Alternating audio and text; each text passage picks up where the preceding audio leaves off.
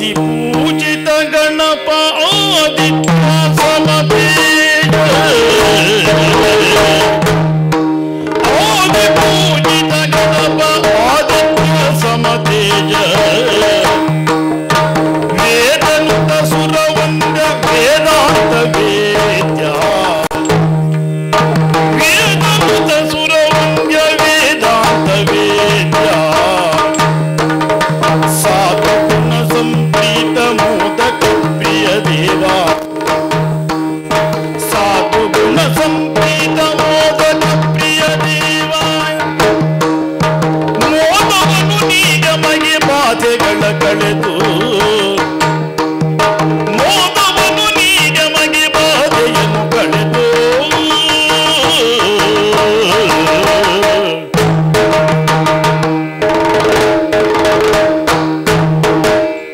ಪಂಚಭೂತ ಪ್ರಪಂಚವ ಸೃಜಿಸಿದ ಪಂಚಕೃತ್ಯಧರ ಪರಮಾತ್ಮ ಪಂಚಭೂತ ಪ್ರಪಂಚವ ಸೃಜಿಸಿದ ಪಂಚಕೃತ್ಯಧರ ಪರಮಾತ್ಮ ಚಂಚಲಿಸದೆ ಪರಿ ಶೋಧಿಪ ಲೀಲೆಯೇ ಚಂಚಲಿಸದೆ ಪರಿ ಶೋಧಿಪ ಲೀಲೆಯೇ ಪಂಚಪಾವನ ಕಥಾ ಪಂಚಪಾವನ ಕಥಾ ಪಂಚಪಾವನ ಕಥಾ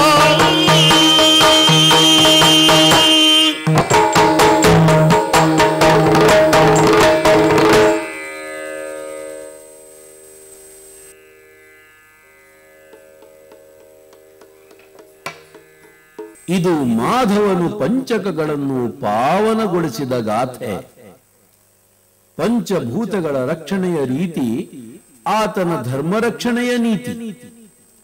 ಭಗವಂತ ಪ್ರಕೃತಿಯ ಶೋಧಕ, ಪುರುಷನಿಗೆ ಬೋಧಕ, ಸರ್ವ ಜೀವ ಹಿತ ಸಾಧಕ, ವಿಶ್ವಾಧಾರಕ. ಇತ್ತ ಭೂಲೋಕದಲ್ಲಿ ನೆಲ, ನೀರು, ಬೆಂಕಿ, ಗಾಳಿ, ಆಗಸಗಳೆಂಬ ಪಂಚಭೂತಗಳ ವ್ಯವಸ್ಥೆ ತನ್ನ ಸ್ವರೂಪವನ್ನ ಕಳೆದುಕೊಂಡ ಸಂದರ್ಭ.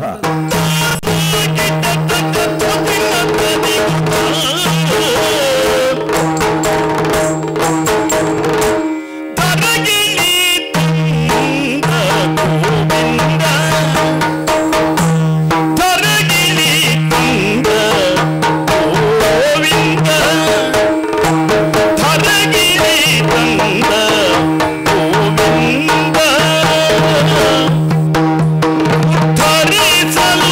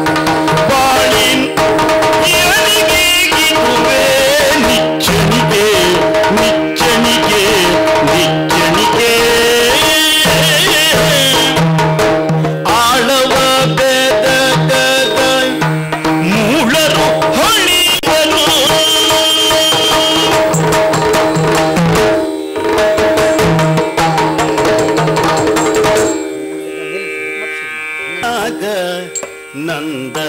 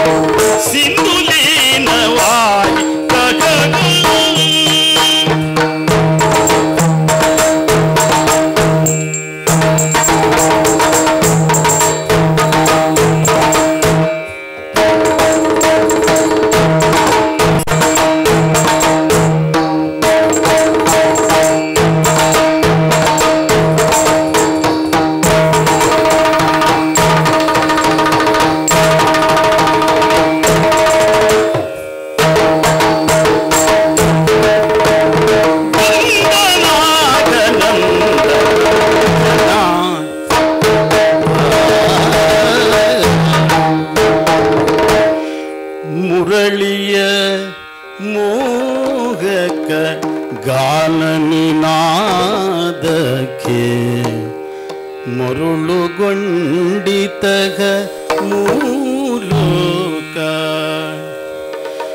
ಮುರಳಿಯ ಮೋಹಕ ಗಾನ ನಿನಾದಕ್ಕೆ ಮುರಳಿಯ ಮೋಹಕ ಗಾನ ನಿನಾದಕ್ಕೆ ಮರುಳುಗೊಂಡಿತಗ ಮೂಲೋಕ ಮುರಳಿಯ ಮೋಹಕ ಗಾನ ನಿನಾದಕ್ಕೆ ಮುರಳಿಯ ಮೋಹಕ ಗಾನ ನಿನಾದಕ್ಕೆ ಮುರಳಿಯ ಮೋಹಕ ಗಾನ ನಿನಾದಕ್ಕೆ ಮುರಳಿಯ ಮೋಹಕ ಗಾನ ನಿನಾದಕ್ಕೆ ಮುರಳಿಯ ಮೋಹಕ ಗಾನ ನಿನಾದಕ್ಕೆ ಮರುಳುಗೊಂಡಿತಗ ಮೂಲೋಕ ಮರುಳುಗೊಂಡಿತ ಮೂಲೋಕ ಕರುಗಳು ಹಾಲನ್ನು ಕುಡಿಯುವುದ ತೊರೆದವು ಕರುಗಳು ಹಾಲನ್ನು ಕುಡಿಯುವುದ ತೊರೆದವು ಕರುಗಳು ಹಾಲನ್ನು ಕುಡಿಯುವುದ ತೊರೆದವು ಕರುಗಳು ಹಾಲನ್ನು ಕುಡಿಯುವುದ ತೊರೆದವು ಕರುಗಳು ಹಾಲನ್ನು ಕುಡಿಯುವುದ ತೊರೆದವು ಕರುಗಳು ಹಾಲನ್ನು ಕುಡಿಯುವುದ ತೊರೆದವು ಕರುಗಳು ಹಾಲನ್ನು ಕುಡಿಯುವುದ ತೊರೆದವು ಕುಡಿಯುವುದ ತೊರೆದವು ಪರವಶರಾದರು ತರುಣಿಯರು ಪರವಶರಾದರು ತರುಣಿಯರು ಪರವಶರಾದರು ತರುಣಿಯರು ಪರವಶರಾದರು ತರುಣಿಯರು ಪರವಶರಾದರು ತರುಣಿಯರು ಪರವಶರಾದರು ಪರವಶರಾದರು ತರುಣಿಯರು ಪರವಶರಾದರು ತರುಣಿಯರು ಪರವಶರಾದರು ಪರವಶರಾದರು ಪರವಶರಾದರು ತರುಣಿಯರು ಪರವಶರಾದರು ತರುಣಿಯರು ಪರವಶರಾದರು ತರುಣಿಯರು ಪರವಶರಾದರು ತರುಣಿಯರು ಪರವಶರಾದರು ಹೆಜ್ಜೆಯ ಹಾಕಿತು ನವಿಲು ಸರ ಸರ ಸರ ಸರ ಇದು ನವಹರುಷ ಜನಗಳು ಹುಟ್ಟಿ ವನಭುವಿಯಾಯಿತು ಪಾವನ ಕ್ಷಣದಿ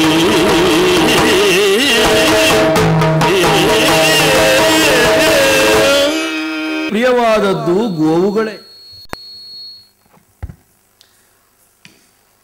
ಪಂಚಪಾವನ ಕಥಾ ಮತ್ತೆ ಮುಂದುವರಿತದೆ ಸಭಾ ಕಾರ್ಯಕ್ರಮದ ನಂತರ.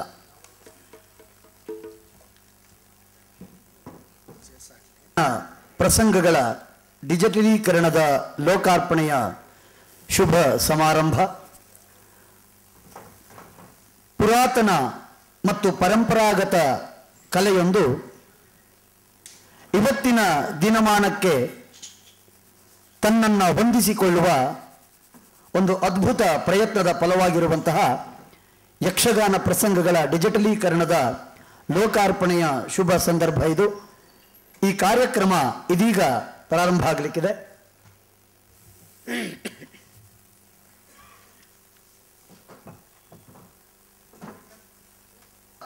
ಅಧ್ಯಕ್ಷತೆಯನ್ನು ವಹಿಸಿ ಕಾರ್ಯಕ್ರಮವನ್ನು ಚಂದಗಾಣಿಸಿಕೊಡಬೇಕು ಅಂತ ಹೇಳಿ ಪ್ರೊಫೆಸರ್ ಎಂ ಎ ಹೆಗಡೆ ಅವರನ್ನ ಕೇಳ್ಕೊಳ್ತಾ ಇದ್ದೇನೆ. ಅವರು ದಯಮಾಡಿ ವೇದಿಕೆ ಮೇಲೆ ಆಗಮಿಸಬೇಕು.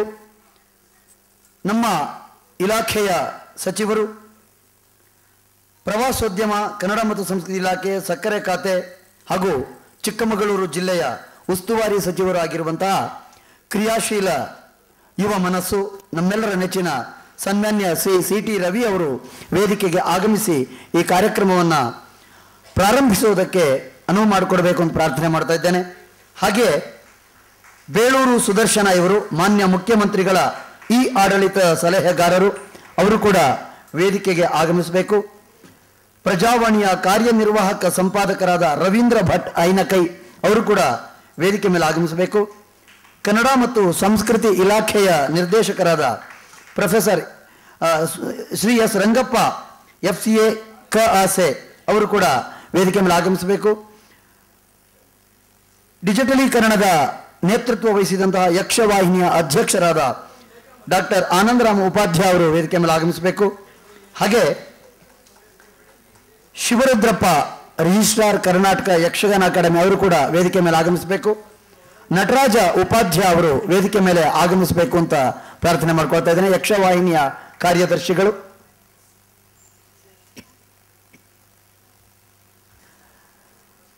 ವಿದ್ಯುಕ್ತವಾಗಿ ಪ್ರಾರ್ಥನೆಯೊಂದಿಗೆ ಕಾರ್ಯಕ್ರಮ ಪ್ರಾರಂಭ. ಶ್ರೀಮತಿ ಗಾಯತ್ರಿ ರಾಘವೇಂದ್ರ ಇವರಿಂದ.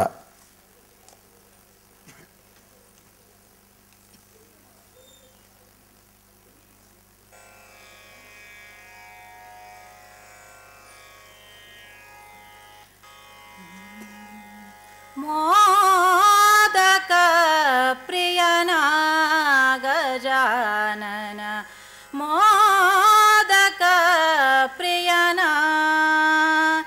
ಪಾಶಾಂಕುಶಧರ ಮೂಷಿಕ ವಾಹನ ಗಿರಿಜಾನಂದನ ದುರಿತ ನಿವಾರಣ ಮೋದಕ ಪ್ರಿಯನ ಗಜಾನನ ಮೋದಕ ಪ್ರಿಯನ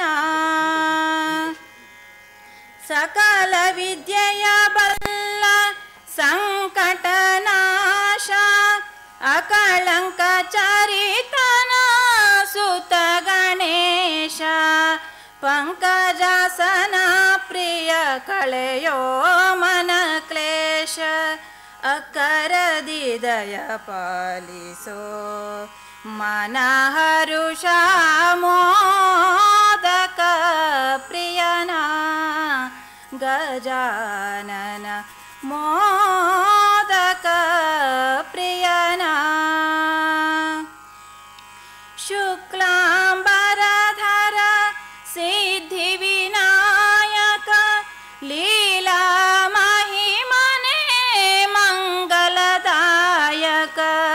ಸುಲಲಿತ ಮಹಿಮನೆ ಶರಣು ಸುಬೋಧಕ ಲೀಲೆ ಶರದಿಯ ತೋರೋ ಭಕ್ತ ಸುಧಾರಕ ಮೋದಕ ಪ್ರಿಯನ ಗಜಾನನ ಮೋದಕ ಪ್ರಿಯನ ಗಜಾನನ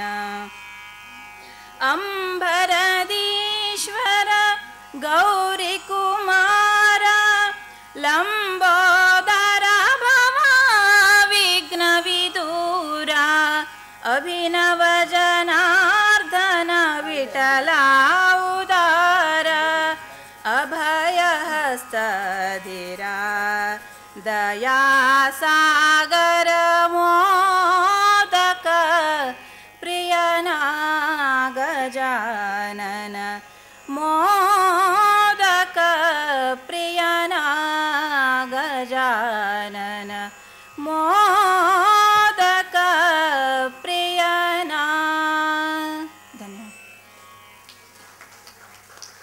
ಧನ್ಯವಾದ ಶ್ರೀಮತಿ ಗಾಯತ್ರಿ ರಾಘವೇಂದ್ರ. ನಿಮಗೆ ಆತ್ಮೀಯರೇ, ಈಗ ನಾಡ ಗೀತೆ ಎಲ್ಲರೂ ಕೂಡ ಎದ್ದು ನಿಂತು ಗೌರವವನ್ನು ಸೂಚಿಸಬೇಕು ಅಂತ ಪ್ರಾರ್ಥನೆ ಮಾಡ್ಕೊಳ್ತಾ ಇದ್ದೇನೆ. ಜೈ ಭಾರತ ಜನನೀಯ ತನುಜಾತೆ ಜಯ ಹೇ ಕರ್ನಾಟಕ ಮಾತೆ ಜಯ ಸುಂದರ ನದಿ ವನಗಳ ನಾಡೆ ಜಯ ಹೇ ಸರುಷಿಗಳ ಬೀಡೆ ಭೂದೇವಿಯ ಮಕುಟದ ನವಮಣಿಯೇ ಅಂಧದ ಚಂದದ ಮಣ್ಣಿನ ಗಣಿಯೇ ರಾಘವ ಮಧುಸೂದನರವತರಿಸಿದ ಭಾರತ ಜನನೀಯ ತನುಜಾತೆ ಜಯ ಹೇ ಕರ್ನಾಟಕ ಮಾತೆ ಜನನೀಯ ಚೋಗುಳ ವೇಗದ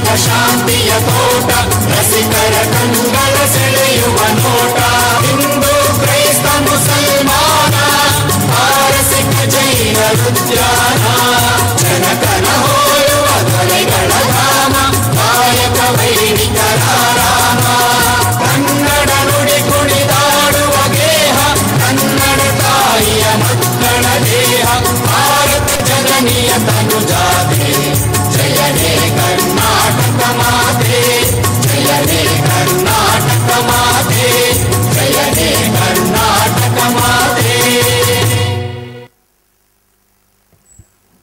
ಆಗಮಿಸಿದ ಸರ್ವರನ್ನು ಸ್ವಾಗತಿಸಲಿಕ್ಕಿದ್ದಾರೆ ರಿಜಿಸ್ಟ್ರಾರ್ ಕರ್ನಾಟಕ ಯಕ್ಷಗಾನ ಅಕಾಡೆಮಿ ಎಸ್.ಎಚ್. ಶಿವರುದ್ರಪ್ಪ.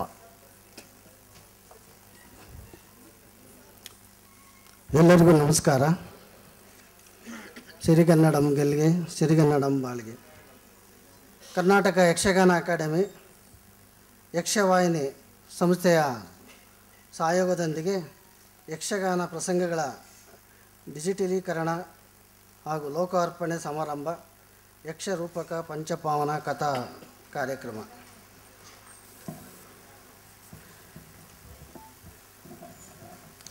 ಯಕ್ಷಗಾನ ಅಕಾಡೆಮಿಯಲ್ಲಿ ಮೊದಲು ಜನಪದ ಅಕಾಡೆಮಿಯಲ್ಲಿ ಯಕ್ಷಗಾನ ಅಕಾಡೆಮಿ ಇತ್ತು. ನಂತರ ಯಕ್ಷಗಾನ ಮತ್ತು ಬಯಲಾಟ ಅಕಾಡೆಮಿ 2007ರಲ್ಲಿ ಪ್ರಾರಂಭ ಆಯಿತು. 2017ರಲ್ಲಿ ಪ್ರತ್ಯೇಕವಾಗಿ ಯಕ್ಷಗಾನ ಅಕಾಡೆಮಿ ಆಗಿದೆ. ಯಕ್ಷಗಾನ ಸಂಘ ಸಂಸ್ಥೆಗಳಿಗೆ ಅನುಕೂಲವಾಗುವ ದೃಷ್ಟಿಯಿಂದ ಪುಸ್ತಕವನ್ನು ಮುದ್ರಣ ಮಾಡಿ ದಾಸ್ತಾನಲ್ಲಿಡುವ ಬದಲು ಪುಸ್ತಕಗಳ ರೂಪದಲ್ಲಿ ಡಿಜಿಟೀಕರಣಗೊಳಿಸಿ ಅಕಾಡೆಮಿಯ ವೆಬ್ಸೈಟಲ್ಲಿ ಪ್ರಕಟಿಸಲು 2018ರಲ್ಲಿ ಯೋಜನೆ ಹಾಕ್ಕೊಂಡಿತ್ತು.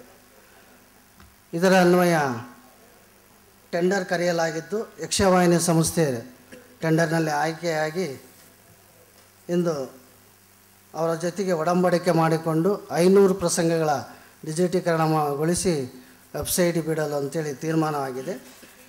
ಈ ಸಾಲಿನಿಂದ 200 ಪ್ರಸಂಗಗಳನ್ನು ನಾವು ಡಿಜಿಟೀಕರಣಗೊಳಿಸಿ ವೆಬ್ಸೈಟ್ ಬಿಡಲು ಅವಕಾಶ ಕಲ್ಪಿಸಲಾಗಿದೆ.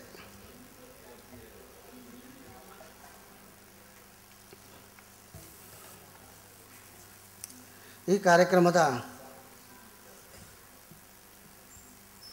ಯಕ್ಷಗಾನ ಪ್ರಸಂಗಗಳ ಡಿಜಿಟೀಕರಣ ಲೋಕಾರ್ಪಣೆ ಸಮಾರಂಭದ ಹಾಗೂ ಲೋಕಾರ್ಪಣೆ ಮಾಡಲು ಹಾಗೂ ಈ ಕಾರ್ಯಕ್ರಮವನ್ನು ಉದ್ಘಾಟನೆ ಮಾಡಲು ಕನ್ನಡ ಮತ್ತು ಸಂಸ್ಕೃತಿ ಇಲಾಖೆ ಹಾಗೂ ಪ್ರಸ್ತುತ ಸಚಿವರಾದ ಸನ್ಮಾನ ಸಿ.ಟಿ. ರವಿಯವರು ಭಾಗವಹಿಸಿದ್ದಾರೆ. ಅವರನ್ನು ಅಕಾಡೆಮಿ ಹಾಗೂ ತಮ್ಮೆಲ್ಲರ ಪರವಾಗಿ ಹೃತ್ಪೂರ್ವಕವಾಗಿ ಸ್ವಾಗತಿಸುತ್ತೇನೆ ಹೂಗುಚ್ಛದೊಂದಿಗೆ.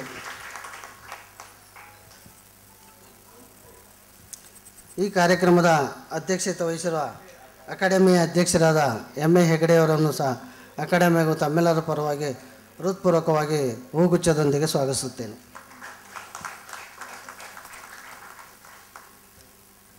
ಈ ಕಾರ್ಯಕ್ರಮದ ಮುಖ್ಯ ಅತಿಥಿಗಳಾಗಿರುವ ಮಾನ್ಯ ಮುಖ್ಯಮಂತ್ರಿಗಳ ಸಲಹೆಗಾರರು ಆಡಳಿತಗಾರರಾದ ಬೇಲೂರು ಸುದರ್ಶನ್ ಅವರು ಸರನ್ನು ಅಕಾಡೆಮಿ ಹಾಗೂ ತಮ್ಮೆಲ್ಲರ ಪರವಾಗಿ ಹೂಗುಚ್ಛ ನೀಡುವ ಮೂಲಕ ಸ್ವಾಗತಿಸುತ್ತೇನೆ.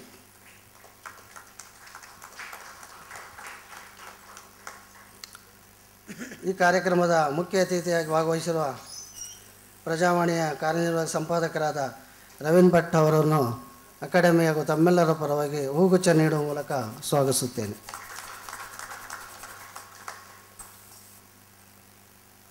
ಕನ್ನಡ ಮತ್ತು ಸಂಸ್ಕೃತಿ ಇಲಾಖೆಯ ನಿರ್ದೇಶಕರಾದ ಎಸ್. ರಂಗಪ್ಪ ಸರ್ ಅವರನ್ನು ಅಕಾಡೆಮಿ ಹಾಗೂ ತಮ್ಮೆಲ್ಲರ ಪರವಾಗಿ ಹೃತ್ಪೂರ್ವಕವಾಗಿ ಸ್ವಾಗತಿಸುತ್ತೇನೆ.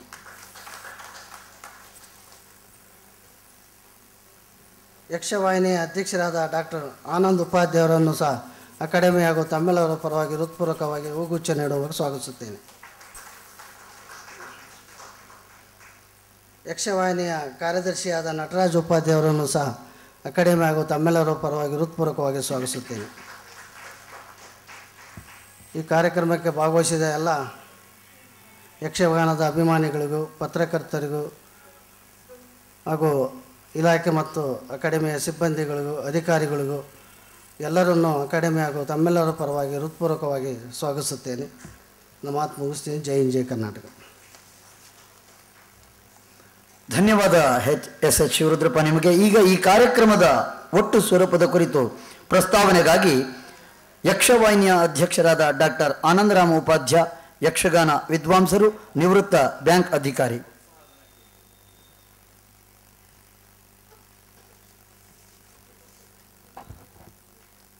ಸಮಾರಂಭದ ಅಧ್ಯಕ್ಷತೆಯನ್ನು ವಹಿಸಿರುವ ಪ್ರೊಫೆಸರ್ MR ಹೆಗಡೆ ಅವರೇ, ಸನ್ಮಾನ್ಯ ಸಚಿವರಾದ CT ರವಿ ಅವರೇ, ಹಾಗೂ ಮುಖ್ಯ ಅತಿಥಿಗಳಾಗಿ ಆಗಮಿಸಿರ್ತಕ್ಕಂತಹ ಶ್ರೀ ಬೇಳೂರು ಸುದರ್ಶನ್ ಅವರೇ, ರವೀಂದ್ರ ಭಟ್ ಐನಕೈ ಅವರೇ, ಎಸ್ ರಂಗಪ್ಪ ಅವರೇ,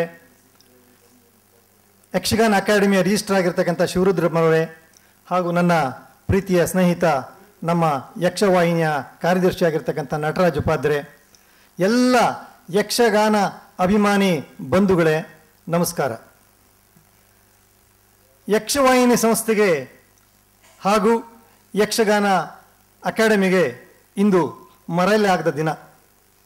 ಯಾಕೆಂದರೆ ಯಕ್ಷಗಾನ ಅಕಾಡೆಮಿಯ ಅಧ್ಯಕ್ಷರಾದ MA ಹೆಗಡೆಯವರ ದೂರದೃಷ್ಟಿಯ ಮುಂಗಾಣಿಕೆಯ ಫಲವಾಗಿ ನಾವೆಲ್ಲ ಇಂದು ಇವತ್ತು ನಿಂತಿದ್ದೇವೆ.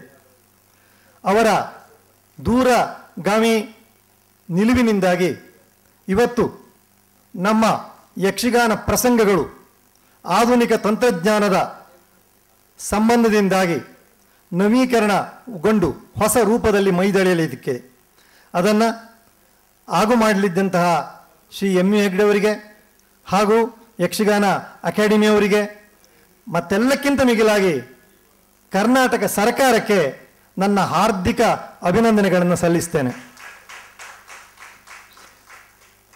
ಯಕ್ಷಗಾನ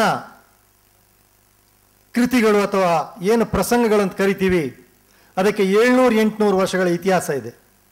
1500 ವರ್ಷಗಳ ಇತಿಹಾಸ ಇರುವ ಕನ್ನಡ ಸಾಹಿತ್ಯ ಸಾಗರಕ್ಕೆ ಈ ಕಿರು ಕಾವ್ಯ ರೂಪ ಪ್ರವಾಹದೋಪದಿಯಲ್ಲಿ 700-800 ವರ್ಷಗಳಿಂದ ಹರಿದು ಬರ್ತಾ ಇದೆ. ಆದರೆ ನಮ್ಮ ದುರದೃಷ್ಟ ಏನಂದರೆ, ಕನ್ನಡ ಸಾಹಿತ್ಯದ ದಿಗ್ಗಜಗಳು, ವಿದ್ವಾಂಸರು, ಪಂಡಿತರು, ಬುದ್ಧಿಜೀವಿಗಳು ನಮ್ಮ ಪ್ರಸಂಗವನ್ನು ಅವಜ್ಞೆಗೆ ಗುರಿಪಡಿಸಿದರು. ಇದರ ಬಗ್ಗೆ ಎಲ್ಲೂ ಉಲ್ಲೇಖಗಳಿಲ್ಲ. ಕವಿ ಚರಿತ್ರಕಾರರಾಗಲಿ, ಸಾಹಿತ್ಯ ಚರಿತ್ರಕಾರರಾಗಲಿ, ಪ್ರಸಂಗಕಾರರ ಬಗ್ಗೆ, ಯಕ್ಷಗಾನ ಕವಿಗಳ ಬಗ್ಗೆ ಎಲ್ಲೂ ಉಲ್ಲೇಖಗಳನ್ನೇ ಮಾಡಲಿಲ್ಲ. ಆದರೂ ನಮ್ಮ ಪ್ರಸಂಗಕಾರರು ನಿರಂತರವಾಗಿ 700 ಆದಿಪರ್ವದಿಂದ ಪ್ರಾರಂಭಿಸಿ ಇವತ್ತಿನವರೆಗೂ ಕೂಡ ಯಕ್ಷಗಾನ ಸಾಹಿತ್ಯ ಕೃಷಿ ನಡೀತಾ ಬರ್ತಾ ಇದೆ. ಅನೇಕ ಪುಸ್ತಕ ರೂಪದಲ್ಲಿವೆ, ಆದರೆ ಹೆಚ್ಚಿನವು ಇನ್ನೂ ಕೂಡ ಕೈ ಬರಹದಲ್ಲಿವೆ. ಇವುಗಳ ಸಂಖ್ಯೆ 5000ಕ್ಕೂ ಅಧಿಕ ಇದೆ. ಏನಾಗ್ತಾ ಇದೆ ಅಂತಂದರೆ, ಇವತ್ತಿನ ಕಾಲದಲ್ಲಿ ಕೆಲವರಿಗೆ ಸಿಗ್ತದೆ, ಕೆಲವರಿಗೆ ಸಿಗುವುದಿಲ್ಲ. ಇದರಿಂದಾಗಿ ಪ್ರದರ್ಶನಗಳಿಗೆ ತೊಡಕಾಗ್ತಾ ಇದೆ. ಇದನ್ನು ನಿವಾರಿಸಲಿಕ್ಕೆ ಯಾವುದು ಉಪಾಯ ಅಂತಂದರೆ, ಆಧುನಿಕ ತಂತ್ರಜ್ಞಾನದ ಮೊರೆ ಹೋಗುವುದು. ಇದನ್ನು ಆಗು ಮಾಡಿದಂಥವರು ನಮ್ಮ ಯಕ್ಷವಾಹಿನಿ ಸಂಸ್ಥೆ ಈಗಿನ ಖಜಾಂಜಿಯಾಗಿರ್ತಕ್ಕಂಥ ರವಿ ಮಡವಡಿಯವರು. ಅವರು ತಮ್ಮ ಮನೆಯಲ್ಲಿರ್ತಕ್ಕಂಥ ಹಳೆಯ ಯಕ್ಷಗಾನ ಪ್ರತಿಗಳನ್ನು ಜೀರ್ಣಾವಸ್ಥೆಯನ್ನು ಕಂಡು ಇದು ಮುಂದಿನವರಿಗೆ ಸಿಗುವುದಿಲ್ವಲ್ಲ ಅಂತ ಹೇಳಿ ಯೋಚನೆ ಮಾಡಿ, ಅವರು ಈಗಾಗಲೇ ಸಾಫ್ಟ್ವೇರ್ ಎಂಜಿನಿಯರ್ ಆಗಿರ್ತಕ್ಕಂಥವ್ರು, ತಮ್ಮ ಬಿಡುವಿಲ್ಲದ ಕಾರ್ಯಕ್ರಮದಲ್ಲಿ ಮುಳುಗಿರತಕ್ಕಂಥವ್ರು, ಹವ್ಯಾಸಿ ಕಲಾವಿದರು ಕೂಡ.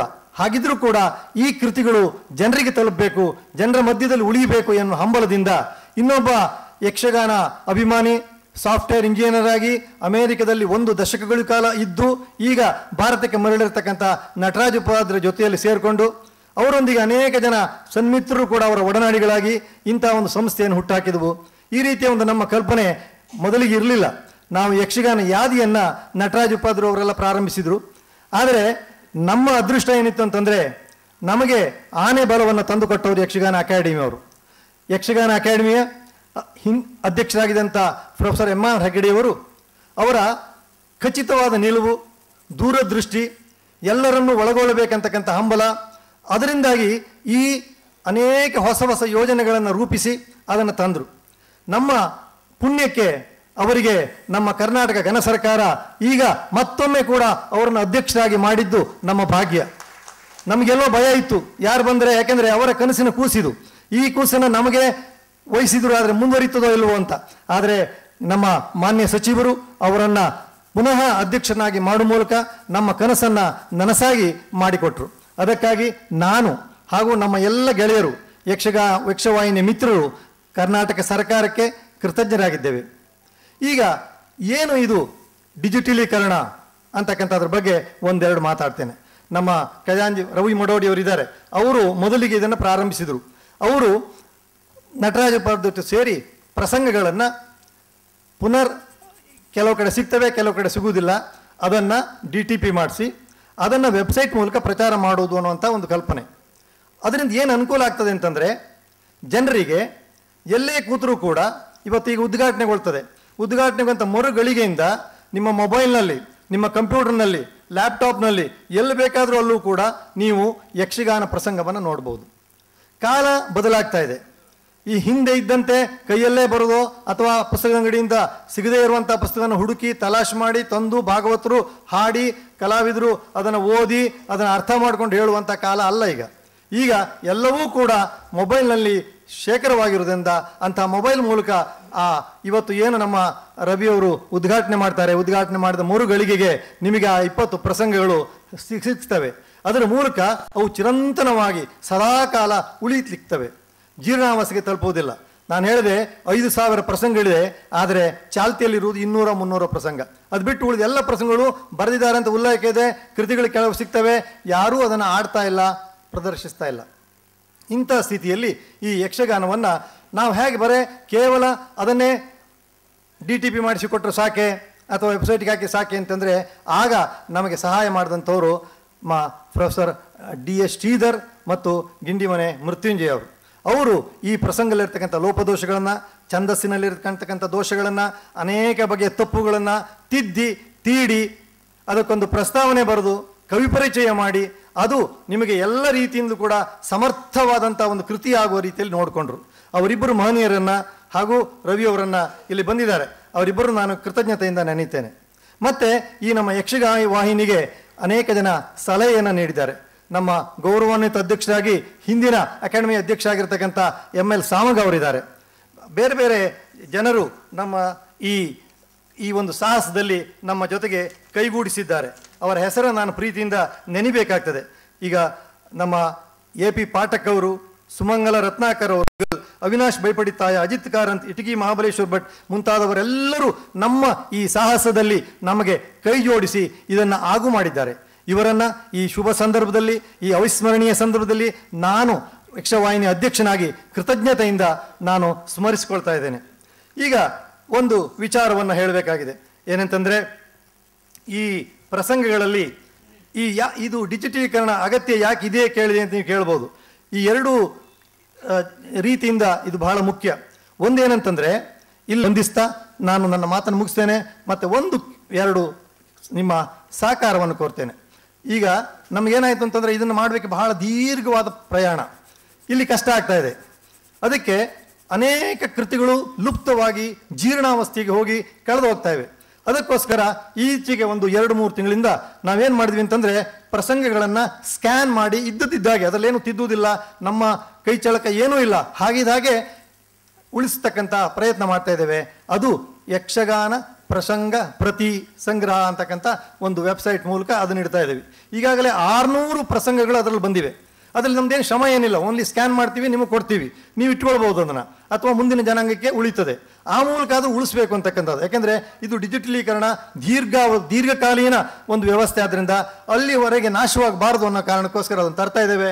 ನೀವು ನಿಮ್ಮ ಸಂಬಂಧಿಕರ ಮನೆಯಲ್ಲಿ, ನಿಮ್ಮ ಮನೆಯಲ್ಲಿ, ನಿಮ್ಮ ಹಳ್ಳಿಗಳಲ್ಲಿ, ನಿಮ್ಮ ಊರುಗಳಲ್ಲಿ ಇರ್ತಕ್ಕಂಥ ಯಾವುದಾದ್ರೂ ಹಳೆಯ ಪ್ರಸಂಗಗಳಿದ್ದರೆ ದಯವಿಟ್ಟು ಕೊಡಿ, ಅದನ್ನು ಸ್ಕ್ಯಾನ್ ಮಾಡಿ ಮರುಗಳಿಗೆಯಲ್ಲಿ ನಿಮಗೆ ಹಿಂದಿರಿಸ್ತೇವೆ. ಆ ಮೂಲಕ ಈ 5,000 ಪ್ರಸಂಗಗಳು ಉಳಿಯಲಿ, ಬೆಳೆಯಲಿ, ಯಕ್ಷಗಾನ ಗೆಲ್ಲಲಿ ಅಂತ ಪ್ರಾರ್ಥಿಸ್ತಾ ನನ್ನ ಮಾತನ್ನು ಮುಗಿಸ್ತೇನೆ. ನಮಸ್ಕಾರ. ಧನ್ಯವಾದ ಡಾಕ್ಟರ್ ಆನಂದರಾಮ್ ಉಪಾಧ್ಯಾಯ ನಿಮಗೆ. ಆತ್ಮೀಯರೇ, ಈಗ ಈ ಕಾರ್ಯಕ್ರಮದ ಉದ್ಘಾಟನೆ ಮತ್ತು ಈ ಪ್ರಸಂಗಗಳ ಡಿಜಿಟಲೀಕರಣದ ಲೋಕಾರ್ಪಣೆಯನ್ನು ಮಾನ್ಯ ಸಚಿವರಾದ CT ರವಿ ಅವರು ನೆರವೇರಿಸಿಕೊಡಬೇಕು ಅಂತ ಪ್ರಾರ್ಥನೆ ಮಾಡ್ತಾ ಇದ್ದೇನೆ.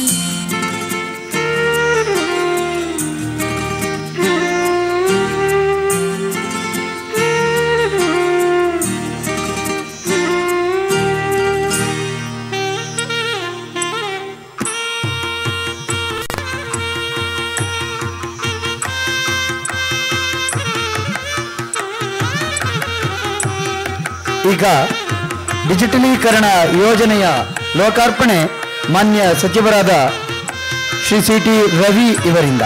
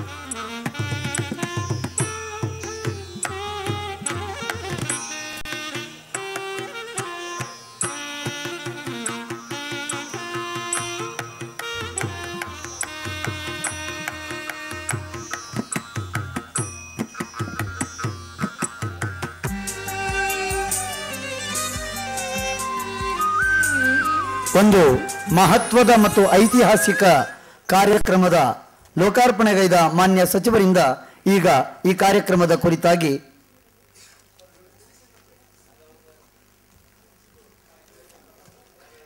ಎಲ್ರಿಗೂ ನಮಸ್ಕಾರ. ಯಕ್ಷಗಾನ ಡಿಜಿಟಲೀಕರಣ ಪ್ರಸಂಗಗಳ ಡಿಜಿಟಲೀಕರಣ ಲೋಕಾರ್ಪಣಾ ಸಮಾರಂಭದ ಅಧ್ಯಕ್ಷತೆ ವಹಿಸಿರ್ತಕ್ಕಂಥ ಕರ್ನಾಟಕ ಯಕ್ಷಗಾನ ಅಕಾಡೆಮಿಯ ಅಧ್ಯಕ್ಷರಾದಂಥ ಪ್ರೊಫೆಸರ್ ಎಂ ಎ ಹೆಗಡೆ ಅವರೇ, ಮುಖ್ಯ ಅತಿಥಿಗಳಾಗಿ ಪಾಲ್ಗೊಂಡಿರುವ ಬೇಳೂರು ಸುದರ್ಶನ್ ಅವರೇ, ರವೀಂದ್ರ ಭಟ್ ಐನಕೈಯವರೇ, ರಂಗಪ್ಪನವರೇ, ಆನಂದರಾಮ ಉಪಾಧ್ಯಾಯರವರೇ, ನಟರಾಜ್ ಉಪಾಧ್ಯಾಯರವರೇ, ರಮೇಶ್ ಬೇಗಾರವರವರೇ, ಶಿವರುದ್ರಪ್ಪನವರೇ, ಇಲ್ಲಿ ಆಗಮಿಸಿರ್ತಕ್ಕಂಥ ನನ್ನೆಲ್ಲ ಹಿರಿಯ ಕಿರಿಯ ಬಂಧುಗಳೇ, ಮಾಧ್ಯಮ ಮಿತ್ರರೇ, ಕಾಲ ಬಾಹಿರ ಆಗಬಾರ್ದು ಅಂತಿದ್ದರೆ ಕಾಲದ ಜೊತೆಗೆ ಓಡಲೇಬೇಕು. ಈಗ ಮೈಕ್ರೋ ಫ್ಯಾಮಿಲಿಗಳು ಮತ್ತು ಉದ್ಯೋಗಕ್ಕಾಗಿ ಊರು ಬಿಡಬೇಕಾದಂಥ ಅನಿವಾರ್ಯತೆ, ಎತ್ತಿನ ಗಾಡಿಯಿಂದ ಜೆಟ್ ಯುಗಕ್ಕೆ ಬಂದಿದ್ದರೂ ಸಮಯ ಸಾಕಾಗ್ತಾ ಇಲ್ಲ ಅನ್ನೋಂಥ ಧಾವಂತ. ಈ ಧಾವಂತದ ಬದುಕಿನ ನಡುವೆ ನಮ್ಮ ಕಲೆ ಸಂಸ್ಕೃತಿಯನ್ನು ಉಳಿಸ್ಕೊಳ್ಳೋದಕ್ಕೆ ಕಾಲದ ಜೊತೆಗೆ ಓಡಬೇಕಾಗಿರುವಂಥ ಅನಿವಾರ್ಯತೆಯಲ್ಲಿ ತಾಂತ್ರಿಕತೆಯನ್ನು ಬಳಸ್ಕೊಂಡು ಕಲೆಯನ್ನು ಉಳಿಸ್ಕೊಳ್ಳುವಂಥ ಒಂದು ಪ್ರಯತ್ನದ ಭಾಗವಾಗಿ ಯಕ್ಷಗಾನ ಅಕಾಡೆಮಿ ಡಿಜಿಟಲೀಕರಣಕ್ಕೆ ಕೈ ಹಾಕಿರೋದಕ್ಕೆ ನಾನು ಅವರಿಗೆ ಅಭಿನಂದನೆಗಳನ್ನು ಸಲ್ಲಿಸ್ತೇನೆ. ಇದು ಯಾಕೆ ಅಂದರೆ ನಮ್ಮ ಕಲೆ ಸಂಸ್ಕೃತಿಯನ್ನು ಸಂರಕ್ಷಿಸುವ ಒಂದು ಮಾರ್ಗ. ಬೀಜ ರೂಪದಲ್ಲಿ ಸಂರಕ್ಷಣೆ ಮಾಡಿದರೆ ಇನ್ಯಾವತ್ತಾದರೂ ಒಳ್ಳೆಯ ವಾತಾವರಣ ಬಂದು ಭೂಮಿ ಹದ ಆದಾಗ ಇದನ್ನು ಮತ್ತೆ ಬಿತ್ತಿ ಬೆಳಿಬೋದು. ಇದು ಪ್ರಸಂಗಗಳನ್ನು ನಾವು ಎದುರುಗಡೆ ನೋಡಿ ಅನುಭವಿಸಿದಷ್ಟು ಆನಂದ ಕೊಡಲಿಕ್ಕೆ ಸಾಧ್ಯ ಇಲ್ಲ. ಆದರೆ ಸಂರಕ್ಷಿಸುವ ಒಂದು ಪ್ರಯತ್ನ ಹೀಗೂ ಇತ್ತೆ ಅಂತ ನಮ್ಮ ಮುಂದಿನ ಪೀಳಿಗೆ ಕುತೂಹಲದಿಂದ ನೋಡಬೇಕಾದ್ರೆ ಹೀಗೆಲ್ಲ ಇತ್ತು ಮತ್ತು ಈಗಲೂ ಉಳಿದಿದೆ ಅಂತ ತೋರಿಸುವಂಥ ಒಂದು ಪ್ರಯತ್ನದ ಭಾಗವಾಗಿ ಈ ಒಂದು ಯೋಜನೆಯನ್ನು ಹಮ್ಮಿಕೊಂಡಿದ್ದಾರೆ. ಮತ್ತು ಕಾಲ ಬದಲಾಗತ್ತೆ. ಹಾಗೆ ಬದಲಾದ ಸಂದರ್ಭದಲ್ಲಿ ಖಂಡಿತವಾಗಿಯೂ ಕೂಡ ನಮಗೆ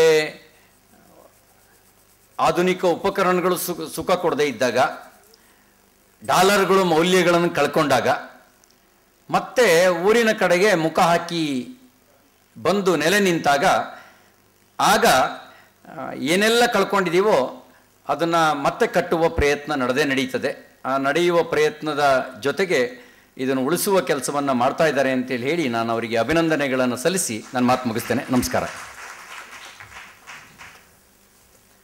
ಧನ್ಯವಾದ ಮಾನ್ಯ ಸಚಿವರಾದ CT ರವಿ. ನಿಮಗೆ ಯೋಗಾನುಯೋಗ ಈ ಕಾರ್ಯಕ್ರಮಕ್ಕೆ ಅವರು ಭಾಗವಹಿಸುವಂತಾಗಿದ್ದು ಅನ್ನುವ ಭಾವನೆ ನನಗಂತೂ ಇದೆ. ಮುಂದೆ ಈ ಕಾರ್ಯಕ್ರಮದ ಮುಖ್ಯ ಅತಿಥಿಗಳಲ್ಲೊಬ್ಬರಾಗಿರುವಂತಹ ಪ್ರಜಾವಾಣಿಯ ಕಾರ್ಯನಿರ್ವಾಹಕ ಸಂಪಾದಕರಾದಂಥ ಶ್ರೀ ರವೀಂದ್ರ ಭಟ್ ಐನಕೈಯವರು ನಮ್ಮ ಜೊತೆಗೆ 4 ಮಾತುಗಳಿಗಾಗಿ. ನಮಸ್ಕಾರ. ಈಗಾಗಲೇ ಯಕ್ಷಗಾನ ಪ್ರಸಂಗಗಳ ಡಿಜಿಟಲೀಕರಣವನ್ನು ಲೋಕಾರ್ಪಣೆ ಮಾಡಿದಂತಹ ಕನ್ನಡ ಮತ್ತು ಸಂಸ್ಕೃತಿ ಇಲಾಖೆಯ ಸಚಿವರಾದ CT ರವಿ ಅವರೇ, ಅಧ್ಯಕ್ಷರಾದಂತಹ ಪ್ರೊಫೆಸರ್ MA ಹೆಗ್ಡೆ ಅವರೇ, ವೇದಿಕೆಯ ಮೇಲೆ ಇರುವಂತಹ ಎಲ್ಲ ಗಣ್ಯರೇ, ನನಗೆ ಈ ಯಕ್ಷಗಾನ ಪ್ರಸಂಗಗಳನ್ನು ಡಿಜಿಟಲೀಕರಣ ಮಾಡುವ ಕೆಲಸವನ್ನು ಯಕ್ಷಗಾನ ಅಕಾಡೆಮಿ ಆ ಜವಾಬ್ದಾರಿಯನ್ನು ವಹಿಸ್ಕೊಂಡಿದ್ದಕ್ಕೆ ನಾನು ಅಭಿನಂದನೆಯನ್ನು ಸಲ್ಲಿಸ್ತೇನೆ. ಆದರೆ ಅಕಾಡೆಮಿಗಿಂತ ಮೊದಲೇ ಒಂದಿಷ್ಟು ಜನ ಈ ಕೆಲಸವನ್ನು ಆರಂಭ ಮಾಡಿದ್ರು ಅನ್ನೋದೇ ನನಗೆ ಬಹಳ ಖುಷಿ ಕೊಡುವ ವಿಷಯ. ಮತ್ತು ಇದು ಯಕ್ಷಗಾನದ ಬೇರೆ ಬೇರೆ ಕಲೆಗಳ ಇದರೊಳಗೆ ಯಕ್ಷಗಾನದ ಮೇಲಿನ ಪ್ರೇಮ ಇದೆಯಲ್ಲ, ಅದು ಬಹಳ ದೊಡ್ಡ ಇದು ಅಂತ ನಾನು ಅಂದ್ಕೊಳ್ತೇನೆ. ಯಕ್ಷಗಾನ ಯಾಕೆ 1500 ವರ್ಷದ್ದೋ 500 ವರ್ಷದ್ದೋ 800 ವರ್ಷದ್ದೋ ಹಳೆಯದು ಇನ್ನೂವರೆಗೂ ಉಳಿದಿದೆ, ಈಗಲೂ ಕಾಲಕ್ಕೆ ತಕ್ಕನಾಗಿ ಬೆಳೀತಾ ಇದೆ. ಅವರು ರಿಜಿಸ್ಟ್ರಾರ್ ಅವರು ಮಾತಾಡ್ತಾ ಇದು ಯಕ್ಷಗಾನ ಜಾನಪದ ಅಕಾಡೆಮಿಯ ಜೊತೆಗಿತ್ತು, ಆಮೇಲೆ ಬಯಲಾಟ ಅಕಾಡೆಮಿಯ ಜೊತೆಗಿತ್ತು, ಆಮೇಲೆ ಇದು ಪ್ರತ್ಯೇಕ ಯಕ್ಷಗಾನ ಅಕಾಡೆಮಿ ಆಯಿತು ಅಂತ ಹೇಳ್ತಾ ಇದ್ರು. ನೀವು ಯಾವುದೇ ಜಾನಪದ ಕಲೆಗಳನ್ನು ತಗೊಂಡ್ರೆ ಯಕ್ಷಗಾನಕ್ಕೂ ಮತ್ತು ಬೇರೆ ಜಾನಪದ ಕಲೆಗಳಿಗೂ ಅಥವಾ ಬೇರೆ ಯಾವುದೇ ಕಲೆಗಳಿಗೂ ಇರುವ ಬಹಳ ದೊಡ್ಡ ವ್ಯತ್ಯಾಸ ಏನು ಅಂತಂದರೆ, ಬೇರೆ ಕಲೆಗಳಲ್ಲಿ, ಜಾನಪದ ಕಲೆಗಳಲ್ಲಿ ಮುಖ್ಯವಾಗಿ ಜಾನಪದ ವಿದ್ವಾಂಸರು ಬೇರೆ, ಜಾನಪದ ಕಲಾವಿದರು ಬೇರೆ. ಯಕ್ಷಗಾನದಲ್ಲಿ ಮಾತ್ರ ವಿದ್ವಾಂಸರೇ ಕಲಾವಿದರು, ಕಲಾವಿದರೇ ವಿದ್ವಾಂಸರು. ಆ ಕಾರಣಕ್ಕಾಗಿ ಯಕ್ಷಗಾನ ಕಾಲಕ್ಕೆ ತಕ್ಕನಾಗಿ ಬೆಳೀತಾ ಇದೆ. ಡಿಜಿಟಲ್ ಯುಗವನ್ನು ಅತ್ಯಂತ ಸಮರ್ಥವಾಗಿ ಬಳಸ್ಕೊಳ್ಳುವಂಥ ಒಂದು ಕಲೆ ಇದ್ದರೆ ಅದು ಯಕ್ಷಗಾನ. ಯಕ್ಷಗಾನದ್ದು ಎಷ್ಟು ಆ್ಯಪ್ಗಳಿದ್ದಾವೆ ಅಂತಂದರೆ, ಕರ್ನಾಟಕದ ಯಾವ ಮೂಲೆಯಲ್ಲಿ ಯಕ್ಷಗಾನ ಆಗುತ್ತೆ ಅಂತ ನಿಮಗೆ ನಿಮ್ಮ ಮೊಬೈಲ್ನಲ್ಲಿ ಗೊತ್ತಾಗುತ್ತೆ. ಅದಕ್ಕೊಂದು ಆ್ಯಪ್ ಇದೆ. ಪ್ರತಿ ದಿವಸ ಎಷ್ಟೆಷ್ಟು ಗಂಟೆಗೆ ಯಕ್ಷಗಾನ ಇದೆ ಯಾವ್ಯಾವ ಊರಿನಲ್ಲಿ ಅಂತ. ಅಂಥ ಆ್ಯಪು ಇತರ ಕಲೆಗೆ ಇದೆಯೋ ಇಲ್ವೋ ನನಗೆ ಗೊತ್ತಿಲ್ಲ, ಆದರೆ ಯಕ್ಷಗಾನಕ್ಕಿರೋದು ನನಗೆ ಗೊತ್ತು. ಯಕ್ಷಗಾನದ ಪ್ರೇಮ ಹೇಗೆ ಅಂತಂದರೆ, ಅದೊಂಥರ ಟೀನೇಜ್ ಲವ್ ಇದ್ದಂಗೆ. ಅದು ಕೆಲವರು ಭಾಳ ವಿಪರೀತವಾಗಿ ಲವ್ ಮಾಡ್ತಾರೆ, ಕೆಲವರು ರಕ್ತದಲ್ಲಿ ಬರೆಯೋದು, ಕೈ ನರ ಕಟ್ ಮಾಡ್ಕೊಳ್ಳೋದು, ಓಡಿ ಹೋಗೋದು ಎಲ್ಲ ಮಾಡ್ತಾರೆ. ಆನಮ್ನಿಯ ಪ್ರೇಮ ಕೂಡ ಯಕ್ಷಗಾನಕ್ಕಿದೆ. ಕೆಲವರು ಭಾಳ ಗಂಭೀರವಾದ ಪ್ರೇಮವನ್ನು ಮಾಡ್ತಾರೆ, ಹೀಗೆ ಡಿಜಿಟಲ್ ಇದು ಮಾಡೋದು. ಆಮೇಲೆ ನೋಡಿ, ನೀವು ಯಕ್ಷಗಾನದ ಪ್ರೇಮಿಗಳೆಲ್ಲ ಬಹುತೇಕ ಜನ ವಿದ್ವಾಂಸರು, ಬೇರೆ ಉದ್ಯೋಗದಲ್ಲಿರೋರು, ಸಾಫ್ಟ್ವೇರ್ ಇಂಜಿನಿಯರ್ಸು, ಪ್ರೊಫೆಸರ್ಗಳು ಎಲ್ಲರೂ ಇದ್ದಾರೆ ಅದರೊಳಗೆ. ಆದರೂ ಕೂಡ ಯಕ್ಷಗಾನ ಇಂಗ್ಲೀಷಿನ ಸೋಂಕಿಲ್ಲದ ಒಂದು ಕಲೆ. ಅದು ನನಗೆ ಭಾಳ ಆಶ್ಚರ್ಯ ಅಂತ ಅನ್ಸುತ್ತೆ. ಎಲ್ಲ ಇಂಗ್ಲೀಷ್ ವಿದ್ವಾಂಸರು ಎಲ್ಲರೂ ಇದ್ದಾರೆ ಅದರೊಳಗೆ, ಆದರೆ ಅವರು ಇಲ್ಲಿ ವೇಷ ಹಾಕಿದಾಗಲೋ ಅಥವಾ ತಾಳಮದ್ದಳೆಯಲ್ಲಿ ಅವರು ಬಂದು ಕುಂತರೋ ಒಂದೇ ಒಂದು ಇಂಗ್ಲೀಷ್ ಶಬ್ದವನ್ನು ಬಳಸೋದಿಲ್ಲ. ಹಾಗಾಗಿ ನನಗೆ ಯಾಕೆ ಯಕ್ಷಗಾನವನ್ನು ಉಳಿಸ್ಬೇಕು ಅಂತ ಅನ್ನಿಸ್ತದೆ ಅಂತಂದರೆ, ಯಕ್ಷಗಾನ ಎಲ್ಲಿವರೆಗೆ ಉಳಿತದೋ ಅಲ್ಲಿವರೆಗೆ ಕನ್ನಡ ಉಳಿತದೆ. ಹಾಗಾಗಿ ಮೊದಲು ನಾವು ಯಕ್ಷಗಾನವನ್ನು ಉಳಿಸ್ಬೇಕು, ತನ್ನಿಂತಾನೇ ಕನ್ನಡವೂ ಉಳಿತದೆ. ನನಗೇನು ಯಕ್ಷಗಾನದ ಇವತ್ತಿನ ಇದನ್ನು ನೋಡಿದರೆ, ಒಂದು ಆ್ಯಪ್ನಲ್ಲಿ ಅವರೊಂದು ಮೆಸೇಜನ್ನು ಹಾಕ್ತಾರೆ, ನೀವು ಹಿಂಗೆ ಸ್ಕ್ಯಾನ್ ಮಾಡಿ ಅದನ್ನೆಲ್ಲ ಹಾಕಬೇಕು ನಾವು ಇದಕ್ಕೆ ವೆಬ್ಸೈಟಿಗೆ, ಯಾರ್ಯಾರು ವಾಲಂಟಿಯರ್ಸಿಗೆ ನಿಮಗೆ ಬಿಡುವು ಇದೆಯೋ ಅವರೆಲ್ಲ ಬಂದು ಮಾಡ್ಬೋದು ಅಂತೇಳಿ. ಎಷ್ಟು ಜನ ಆ ಕೆಲಸವನ್ನು ಮಾಡ್ತಾರೆ ಬಂದು. ಆ ಪ್ರೇಮ ಇದೆಯಲ್ಲ, ಅದೇನೇ ಯಕ್ಷಗಾನವನ್ನು ಉಳಿಸುತ್ತೆ. ಅದ್ರ ಬಗ್ಗೆ ನನಗೇನು. ಮತ್ತು 2 ಗುಣಗಳಿದ್ದಾವೆ ಯಕ್ಷಗಾನಕ್ಕೆ. ಒಂದು ಕಾಲಕ್ಕೆ ತಕ್ಕನಂತೆ ಬದಲಾಗೋದು, ಎರಡನೇದು ಹುಚ್ಚು ಪ್ರೀತಿ ಇದೆ. ಅವೆರಡು ಇದ್ದರೆ ಯಕ್ಷಗಾನ ಉಳಿತದೆ ಅನ್ನುವ ವಿಶ್ವಾಸ ನನಗಿದೆ. ಯಕ್ಷಗಾನ ಅಕಾಡೆಮಿಯ ಅಧ್ಯಕ್ಷರು ಕೂಡ ಅಂಥ ಕೆಲಸಗಳನ್ನು ಮುಂದುವರಿಸ್ಕೊಂಡು ಹೋಗ್ತಾರೆ ಅಂತ ನಾನು ಅಂದ್ಕೊಂಡಿದ್ದೇನೆ. ನನ್ನನ್ನು ಕರೆದು ಇಲ್ಲಿ 4 ಮಾತಾಡಲಿಕ್ಕೆ ಅವಕಾಶ ಮಾಡಿಕೊಟ್ಟ ಧನ್ಯವಾದಗಳು.